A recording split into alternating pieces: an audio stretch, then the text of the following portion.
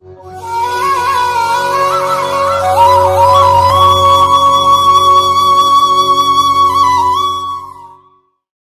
शिव का स्वागत किया है याज्ञवल्क्य जी ने। और याज्ञवल्क्य जी भी एक इतिहास की घटना से ही श्री राम कथा का शुभारंभ करने जा रहे हैं। एक बार के त्रेता युग में, त्रेता युग तो जाने कितनी बार, हर बार त्रेता आता है, हर चतुर्युग में त्रेता है। शिव पार्वती जी कैलाश में बैठे थे। पार्वती जी बैठी बैठी मींग नुका रही थी। मींग खरबूजे के बीच नुकाते ना मींग। माताएं कभी खाली नहीं बैठती, पति के पास बैठती, स्वेटर लेके बैठ जाएंगी, मींग लेके बैठ जाएगी। तो शंकर जी ने कहा, देवी बहुत लंबा समय हो गया, भगवान की कथा सुनने को नहीं मिली, कान बहुत अकुला रहे, मन बहुत व्याकुल है। मैंने एक दिन और भी बोला था, शायद होली के कार्यक्रम में कहा था मैंने, कई बार लोग प्रश्न करते, एक ही कथा बार बार, वही रावण, वही राम, वही सीता हरण, वही क्या, सुनते सुनते ऊब नहीं होती है? ऐसा किसी सज्जन ने कहा कि महाराज इतने दिनों से आप भी गा रहे हैं, लोग सुन रहे हैं, श्रोता भी वही रहते हैं, तो क्या ऊब नहीं होती? हमने कही कथा सुनने से ऊब नहीं होती, जब कथा सुनने को नहीं मिलती है तब मन को ऊब होती है कि कब सुनने को मिले। सत्य ये है, कब सुने कब सुने कब सुने, जहां मौका मिले वहां जाकर सुने। तो शंकर जी ने कहा कथा सुनने की इच्छा हो रही है। पार्वती जी का ऐसा कौन कथावाचक है भारतवर्ष में जो आपको कथा सुनाएगा? अरे आप तो कथा के रचनाकार हैं, रच महेश मन मानस राखा, आपको कौन सुनाएगा? तो भरद्वाज जी का सुदूर दक्षिण में, सुदूर दक्षिण में कौन से ऋषि रहते हैं? कुंभज ऋषि। बहुत सुंदर कथा कहते हैं, वहां चलते सुने। अब देखिए, शिव कहना चाहते हैं, आगरा कितनी दूर है यहां से? 60 किलोमीटर, 65 किलोमीटर होगा। कुल मिलाकर कॉलोनी तक जाइए 70 किलोमीटर होगा। और कहाँ कैलाश तिब्बत में, और कहाँ कुंभज ऋषि का आश्रम सुदूर दक्षिण में। कथा सुनने के लिए मार्ग की दूरी बाधक नहीं होती बंधुओं और बहनों, मन की दूरी बाधक होती है। कथा सुनने की इच्छा है तो आदमी दूर दूर तक जाता है, और कथा सुनने की इच्छा नहीं है तो पड़ोस में क्या काएं लगा रखी है इन्होंने, नहीं सुनेगा। शिव कहना चाहते अमृत पीना हो तो दूरी मत देखो, दौड़ कर जाइए, मैं रह न जाऊं। और किससे कथा सुनने जा रहे हैं और किसकी कथा? रघुवीर चरित अपार वारिध पार कब कौन है लयो। भगवान की कथा अथाह सागर जैसी। और वक्ता कौन है? जिसका जन्म घड़े से हुआ है, कुंभज, कुंभ से जिसका जन्म हो। शिव कहते कथावाचक का कुल परिवार योग्यता बड़ा है छोटा है कैसा है ये मत देखो। अगर कथा सुना रहा है चुपचाप जाकर चरणों में बैठो, कथा सुनो। मैंने पहले दिन भी निवेदन किया था, बैकुंठ में निवास करने वाले गणु जी, जिनके पंखों से वेदध्वनि निकलती है, चारों वेदों के मंत्र उड़ते समय जिनके पंखों से उसकी ध्वनियाँ आती हैं, भगवान विष्णु के पार्षद, उनके वाहक, भगवान विष्णु के समस्त अंगों के स्पर्श करने का जिनको सौभाग्य मिला, वो भी कथा सुनना चाहते हैं तो बैकुंठ छोड़कर सुदूर नीलांचल पर्वत पर किसके चरणों में जाकर बैठते? कौवे के। प्रजा का सबसे अधम प्राणी, यानी गरुड़ जी की प्रजा का सबसे अधम प्राणी, बिल्कुल आमिष भोगी, एकदम आमिष भोगी, हमेशा गंदगी पर ही चौंच मारेगा, उससे जाकर कथा सुन। सादर तात सुनावहु मोई, काकभूषण जी ऊंचे से आसन पर विराजमान है व्यासपीठ पर, और गरुड़ जी हाथ जोड़कर बैठे हैं, हाथ जोड़कर सामने बैठे, कल्पना करें। तो शिव ने कहा देवी चल। अरे मुझे तो तेरे काम थे, अभी मैंने अभी जवे तोड़े हैं, हमको कौन सुखाएगा, रक्षाबंधन आ रहा है, सब भीग जाएंगे, मुश्किल हो जाएगी। अरे चलो तुमको नहीं जाना है? बोले नहीं जाऊंगी तो मैं भी, तुम्हारा क्या भरोसा कि और जगह जा रहे हो। यहां से भगवान शिव सती को लेकर और ये भी एक सिद्धांत है, संभव हो तो धर्म पत्नी के साथ ही कथा सुने। नहीं, घर में बड़ा कलह होती है, झगड़ा होता है, कथाओं से फुर्सत नहीं है। लड़की अब शादी को होने को आ गई, तुम्हें होश ही नहीं है। कथाएं कथाएं, कथा क्या पेट भर देगी क्या? ऐसा। अच्छा, मान लो देवियां कथा में जाएं और पुरुष न जाएं, देवता न जाएं, तो भी मुश्किल है। बाबाओं के पीछे घूमते रही हो तो घर का कोई ठिकाना नहीं है तुमको, बहुत मुश्किल होता है। जब दोनों मिलकर कथा सुनेंगे तब कथा की सुगंध परिवार में जाती है। यहाँ से अभी पार्वती जी नहीं हुई है, पुराने जन्म की कथा है, सती हैं अभी। सती को साथ लेकर भगवान शिव कैलाश छोड़कर सुदूर दक्षिण की यात्रा पर चले हैं। बहुत सुंदर प्रसंग गाइए। एक बार त्रेता युग आए, एक बार त्रेता युग आए, शंभु गए कुंभज ऋषि पाही, शंभु गए कुंभज ऋषि पाही, संग सती जग जननी भवानी, संग सती जग जननी भवानी, पूजे ऋषि अखिलेश्वर जानी, पूजे ऋषि अखिलेश्वर जानी, एक बार त्रेता युग माही, एक बार त्रेता युग माही। इतिहास की घटना का वर्णन। एक बार के त्रेता युग में भगवान शिव सती को साथ लेकर कैलाश से सुदूर दक्षिण की यात्रा पर श्री राम कथा सुनने के लिए कुंभज ऋषि के द्वार पर पहुंच गए। ऋषि अपने लॉन में बैठे थे विद्यार्थियों के सहित। जैसे ही भगवान शिव को आते देखा, एकदम खड़े हो गए। भगवान भोलेनाथ, कैलाशपति भगवान शिव जाकर गए हैं, दौड़कर साष्टांग प्रणाम किया है। कौन से मेरे भाग, मुझे तो नहीं मालूम कि मैंने कोई ऐसा जब तब कोई अनुष्ठान, कोई पूजा पाठ किया होगा, कोई सत्कर्म किया होगा कि अचानक आपका शुभागमन मेरे द्वार पर। मुझे लगता है मेरे गुरुदेव का आशीर्वाद आज फलित हुआ है, उन्हीं की कृपा से आप आए। और सत्य ये है, आशीर्वाद गुरु जी का ही फलित होता है। पुरुषार्थ भी गुरु जी की कृपा ही करा लेती है, नहीं तो कुछ नहीं होता है। इतने में एक विद्यार्थी दौड़कर आरती का थाल ले आया, आरती उतारी है। सती का माथा ठनक गया। सती का, चूंकि सती बेटी किसकी है? दक्ष प्रजापति की। पढ़े लिखे बाप की पढ़ी लिखी बेटी बुद्धिमती। और पढ़े लिखे व्यक्ति को बहुत शंका होती है। माथा ठनक गया, कहाँ ले आई है?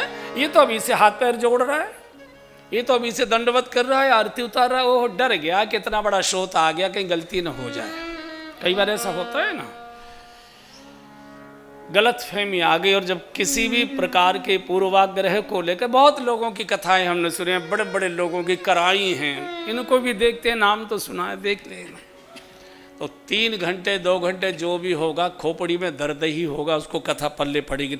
चूंकि मिलान करेगा, वो मिलान करेगा। वो तो ऐसे गाते थे, वो तो ऐसे बोलते थे, वो तो ऐसे थे, वो तो ऐसे थे। अरे ये तो गमछा भी नहीं डालते, वो तो ऐसा सुंदर दुपट्टा भी डालते थे। वो बहुत तरह की बात। स्वागत सत्कार हुआ, प्रभु बड़ी कृपा की, आज्ञा करें। शंकर जी ऋषिवर कान बहुत व्याकुल हो रहे थे, हमको श्री राम कथा सुनाइए। आंसू आ गए, कुंभज ऋषि के आंसू आ गए। मुझे इतना बड़ा बड़पन भगवान शिव दे रहे। और सोचा जरूर सुनाऊंगा। जगत के मोहल्ले पड़ोस के लोगों को तो बहुत सुनाता रहा, आज इतना बड़ा मेहमान कथा सुनने आया है। बैठ के व्यास आसन पर और राम कथा मुनि बरज बधाई, राम कथा मुनि बरज बधाई, राम कथा मुनि बरज बधाई, राम कथा मुनि बरज बधाई, सुनी महेश परम सुख मानी, सुनी महेश परम सुख मानी। बहुत सुंदर कथा का गायन हुआ। शिव डूबे हैं भाव में, झर झर झर झर, देह का भान नहीं है, भाव के आंसू। बार बार शिव के चेहरे को देखते, क्या हो गया है इनको, भांग पी आए क्या? ये रोने की क्या बात है इसमें? क्या वो सुन नहीं रही ना। सुनी महेश, श्रोताओं में से नाम काट दिया गोस्वामी जी ने। कथा में तो बैठी है, कथा नहीं सुन रही, पूर्वाग्रह लेकर बैठी है। टीवी चैनल वालों ने चित्र हटा दिया। इनका काई को भीड़ बढ़ाओ उसमें, जब कथा ही नहीं सुने। आदर कथा के श्रोता का होता है। खड़े होके बड़े बड़े लोग, आइए आइए आइए, आपके आने से पहले आगरा से चलने हो गए, कुर्सियां पड़ गई, पूछ गई, चांदनियां बिछ गई, खुशबू हो गई, गूगल का धुआं हो गया, हाथ जोड़कर खड़े हुए हैं, पकौड़ियां तैयार, चाहे आई आई। क्यों? कथा पूरी हो जाए तब आना पता लग जाए। पहले तो शेरू इतना हल्ला मचा देगा कि वो घुसने ही नहीं देगा। आदर कथा के श्रोता का होता है, व्यक्ति का नहीं होता है, व्यक्तित्व का हुआ करता है। सुनी महेश, कथा में बैठी है, अरे राम राम, ये 9 दिन मेरा सत्यानाश कर देंगे और मैं इतनी सेवैयां तोड़ लेती, सावन का महीना था, इतने मेरे काम पड़े रह गए, कहाँ मुझे ला के फंसा। अच्छा, जब देखिए माताएं, कई बार मैंने देखा है, अब मैं ज़्यादा आँख खोलता खालता नहीं हूँ, अब तो मेरी आंखें खुलने लगी, पहले बंद ही रहती थी जानबूझकर, क्योंकि आगे बहुत माताओं की भीड़ होती थी। अब वो बैठ गई बीच में और स्वेटर, तो कम से कम 5-6 का सत्यानाश करती हैं वो। ऊन तो बड़ी मलूक लाई हो, कहां से ली? हम तो खोजते खोजते थक गए, हमें तो मिट्टी मिली ना है। वहां गए थे, वहां से अच्छा, बुनाई बड़ी अच्छी डाली है। किसका बुन रही हो? उन्हीं का बुन रहे। 4-6, अच्छा कई ले आती हैं आटा मल के और इतनी सी लोई और वो दोने दे देती हैं। जब ये तोड़ रही हैं तो कितने अच्छा, सबसे ज़्यादा डिस्टर्ब तो वक्ता होता है। अच्छा वीआईपी लोग होते हैं, चंदा अच्छा देते हैं, उन्हें हटा भी नहीं सकते वहाँ से, ये भी बड़ी मुश्किल। सती बिल्कुल वही कर रही है। सुनी महेश, सती ने एक शब्द कथा का नहीं सुना। शंकर जी ने कहा, ईश्वर बहुत आनंद हुआ, बहुत सुंदर, अमृतपान ऐसा तृप्ति हो गई। आपको हम क्या भेंट करें, आप बताइए, अपने उपयोग की चीज बताइए। आप लोग कहते थे महाराज जी वैसे तो जो हम देंगे आप इधर उधर कर दो, कोई अपने मतलब की चीज बताइए जो आप उसका उपयोग कर सके। मैंने कई बहनों को देखा है कि वो उपयोग की चीजें पूछती है। तो कुंभज ऋषि ने कहा कि ऋषिवर सब कुछ ठीक है, भक्ति का उपदेश दीजिए, चूंकि भक्ति से ही भगवान मिलता है, बस भक्ति का आशीर्वाद दीजिए, भजन बना रहे। और यहाँ से भक्ति का आशीर्वाद देके सती को लेकर चले। अब यहाँ से जब चले हैं तब चौपाई देखिए, मुनि सन विदा मांगी त्रिपुरारी, मुनि सन विदा मांगी त्रिपुरारी, चले भवन संग दक्ष कुमारी, चले भवन संग दक्ष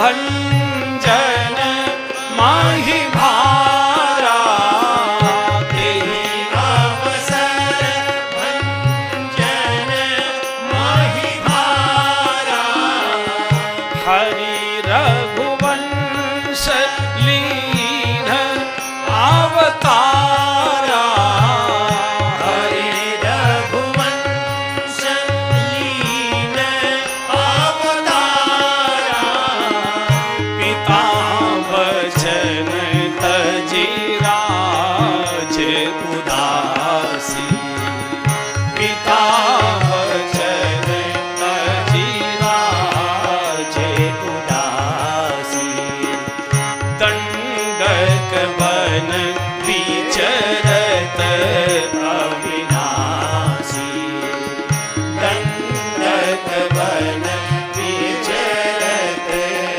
अविनाशी। मुनि से विदा मांगकर शंकर जी चले। साथ में कौन चला?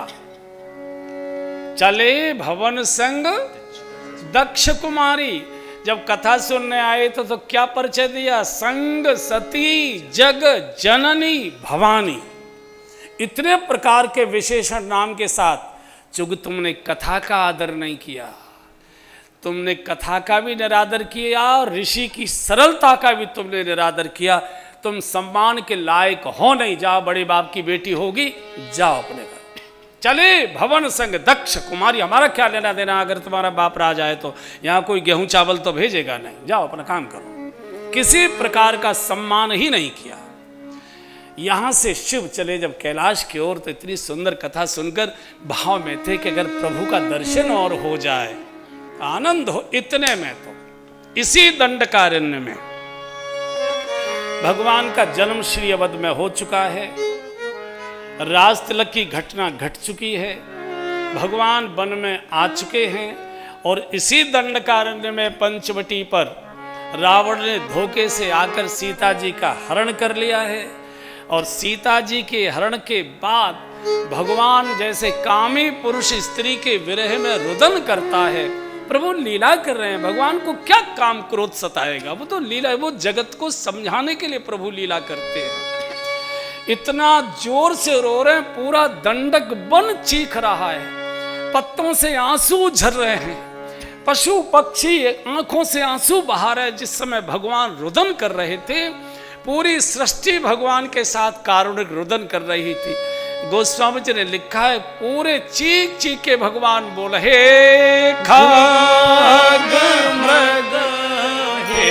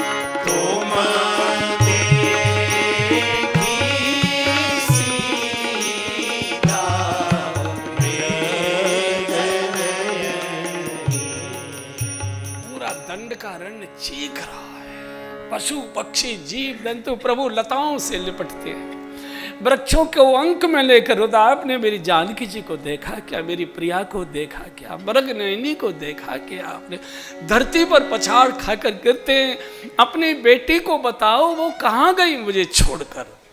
लक्ष्मण जी धैर्य देते हैं, धक्का मार देते, तू कौन है? बोल मैं आपका भाई, मेरा कोई भाई नहीं है।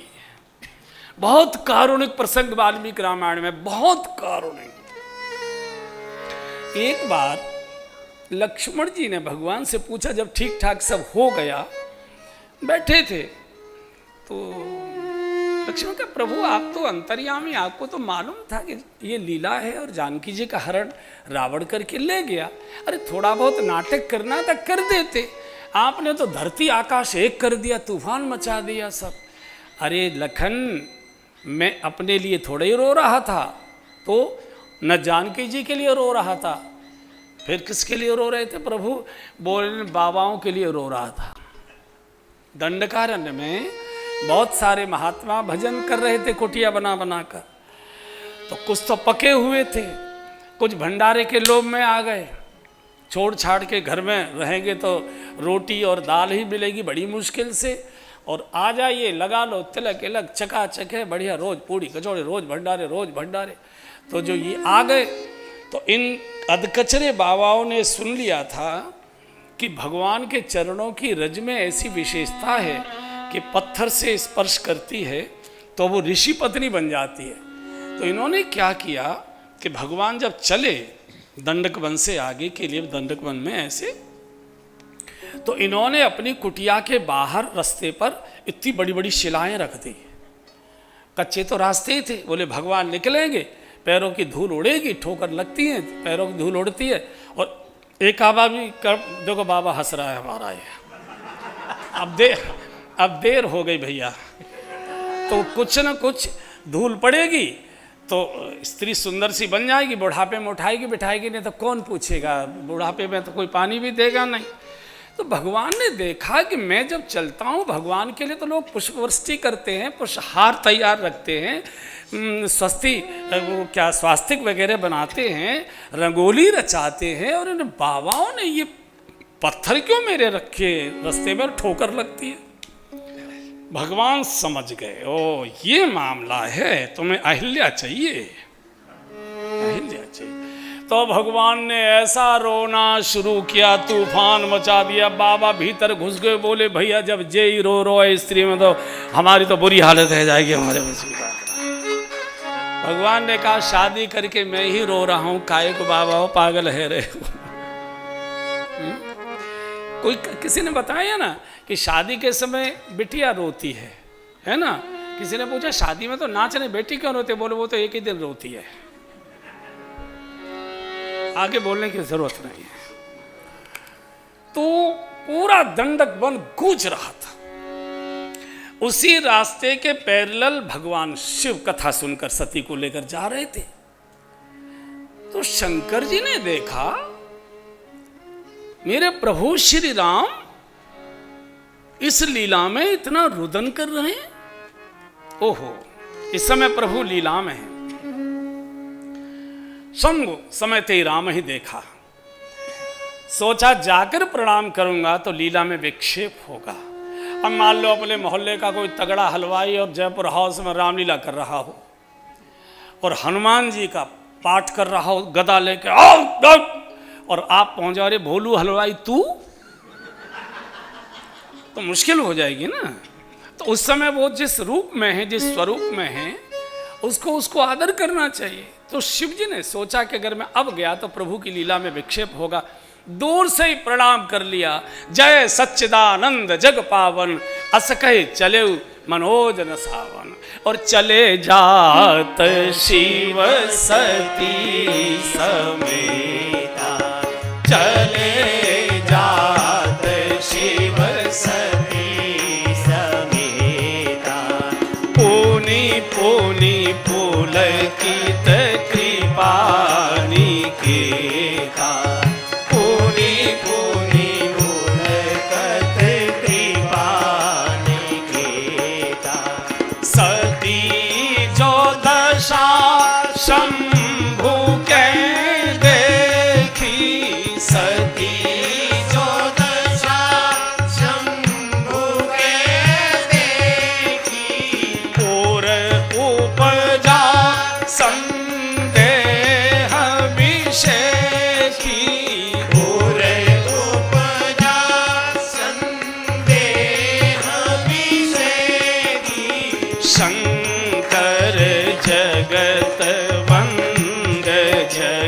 जगदीशा शंकर जगत वंद जगदीशा सुर नर मुनि सब नावत शीशा सुर नर मुनि सब नावत शीशा तीन पसुत कीन परिणामा तीन पशुतहि कीन परिणामा कही सच्चिदानंद परधामा कहि सच्चिदानंद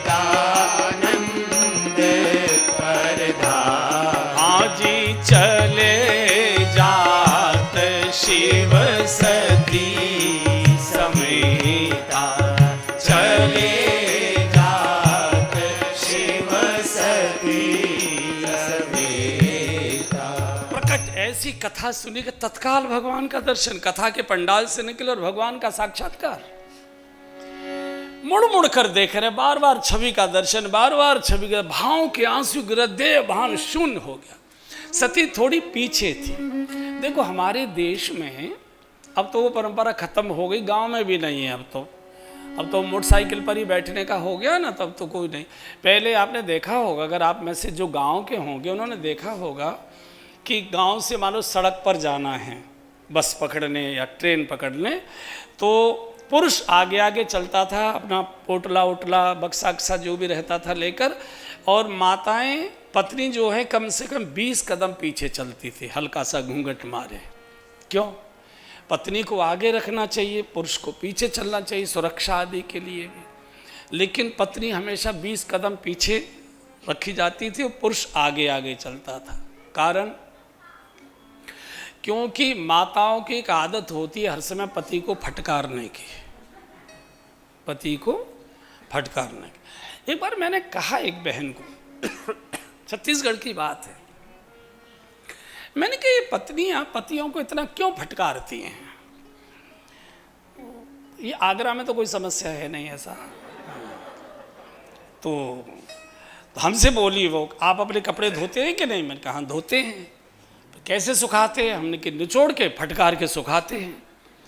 तो पूछा क्यों फटकारते हो? हमने कि ठीक रहे, कपड़ा सीधा रहे। बोले हम भी।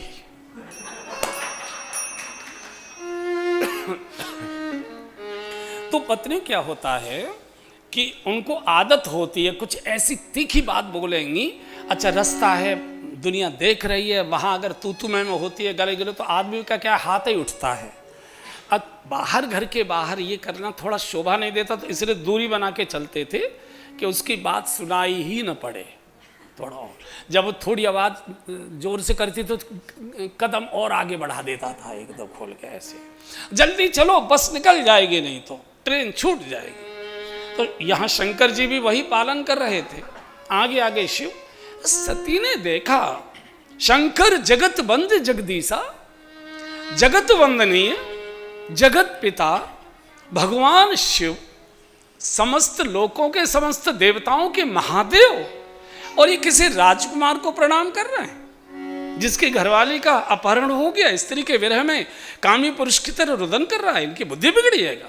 तो जल्दी जल्दी इन्होंने पीछे से डग रखी और एकदम कंधा पकड़ा, एक कार्तिक के पापा ऐसे कर। अब उनको तो होश नहीं था, वो तो बार बार प्रभु के भाव में थे। क्या बात है, आपने किनको प्रणाम किया? किनको? तुमने नहीं किया? बोले नहीं मैंने तो नहीं किया। अरे देवी इनको प्रणाम करो।